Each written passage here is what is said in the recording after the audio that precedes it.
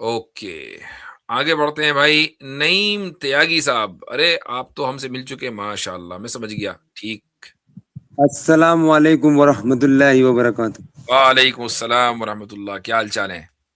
جی زبردست، الحمدللہ. خیریت سے ہو آپ جی مفتی صاحب جی؟ الحمد للہ. جی مفتی صاحب جی، میرا سوال یہ ہے جی، جیسے یہ جو کریٹر ہے اللہ تبارک و تعالی، اس نے ٹائم کو کریٹ کیا، یعنی مخلوق ہے ٹائم. تو میرا سوال یہ ہے، جیسے دو جوان آدمی ہے، یعنی دو سینیریو بنا رہا میں ایک مثال کے طور پہ.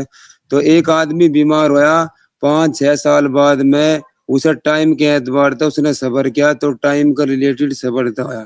دوسرا آدمی نے جیسے جوان ہوا 25 سال کا، پھر اس کی گزشتہ سال گزر گئی تو پھر رفتہ رفتہ پستی میں چلے گا، یعنی بڑھاپے میں. تو وہ جو جوانی کا اس نے ٹائم گزارا، اس نے اس کا شکر ادا کرا.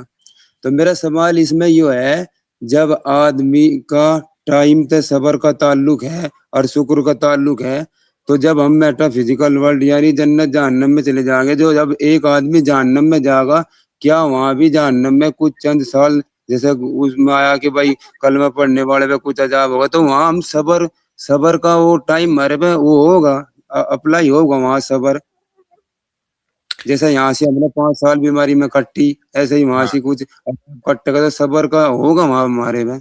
اچھا دیکھیں، اس دنیا میں وہ دارالعمل نہیں ہے، وہ دارالجزا ہے. دارالعمل کا مطلب یہ ہے کہ آپ یہاں کام کریں گے اور دین کو فالو کریں گے تو اس کا ریوارڈ ہوگا اور اس کا نتیجہ نکلے گا آگے جا کے. دارالجزا کا مطلب ہے کہ اب نتیجہ نکلے گا یہاں. دارالجزا کا مطلب وہ جگہ جہاں انسان کو ریوارڈ ملنا ہے، جزا ملنی ہے، ثواب ملنا ہے، یا اس کا جو بھی پنشمنٹ ہے وہ. تو ایک آدمی کو جہنم میں ڈال دیا گیا. اب اللہ تعالیٰ نے اس کو جہنم میں ڈالا 5 سال کے لیے مثلا. تو وہ یہ کہے کہ ٹھیک ہے جی، میں اس سزا کے اوپر صبر کروں گا تاکہ مجھے ثواب ملے. بھائی 5 سال اس کو بھی پتا ہے کہ 5 سال کے بعد مجھے جانا جنت میں ہی ہے. تو ابھی ایسا نہیں ہے کہ اس کو صبر کی وجہ سے وہ جنت کے علاوہ کہیں اور، جنت کے علاوہ تو کچھ نہیں ہے نا، یہ تو جہنم میں جنت ہے. اس کو الٹیمیٹلی جانا ہی جنت میں ہے. وہاں سے نکلنے کے بعد دوبارہ پھر اللہ تعالیٰ فیصلہ کرنے کے لیے قیامت قائم نہیں کرے گا کہ چلو بھائی اب جہنم سے نکل کر آگے اب دیکھیں گے تم نے وہاں صبر کیا ہے نہیں کیا. ایسا کچھ نہیں ہے، کیونکہ جہنم دارالعمل نہیں ہے، جنت بھی دارالعمل نہیں ہے. یہاں تو انسان کو اپنی جہنم میں اپنی سزا بھگتنی ہے. وہ صبر کر کے بھگتے گا، رو کے بھگتے گا، اس کے بعد آگے اگر جب وہ نکلے گا جہنم سے جانا جنت میں ہی ہے، دوبارہ حساب کتاب نہیں ہوگا. تو اس کا مطلب مفتی صاحب یہ صبر کا تعلق یہاں پہ نیکی تے ہے اور شکر کا تعلق بھی. اور تو وہاں پہ وہ جیسا آپ نے بتایا وہاں سے کوئی کانسیپٹ نہیں رہنے کا بھائی نیکی برائی کا، تو وہاں تو بس سزا بھگتے جنت میں جانا. سزا بھگت کے جنت میں جانا ہے. اللہ تعالیٰ اس سزا سے ہم سب کو محفوظ رکھے.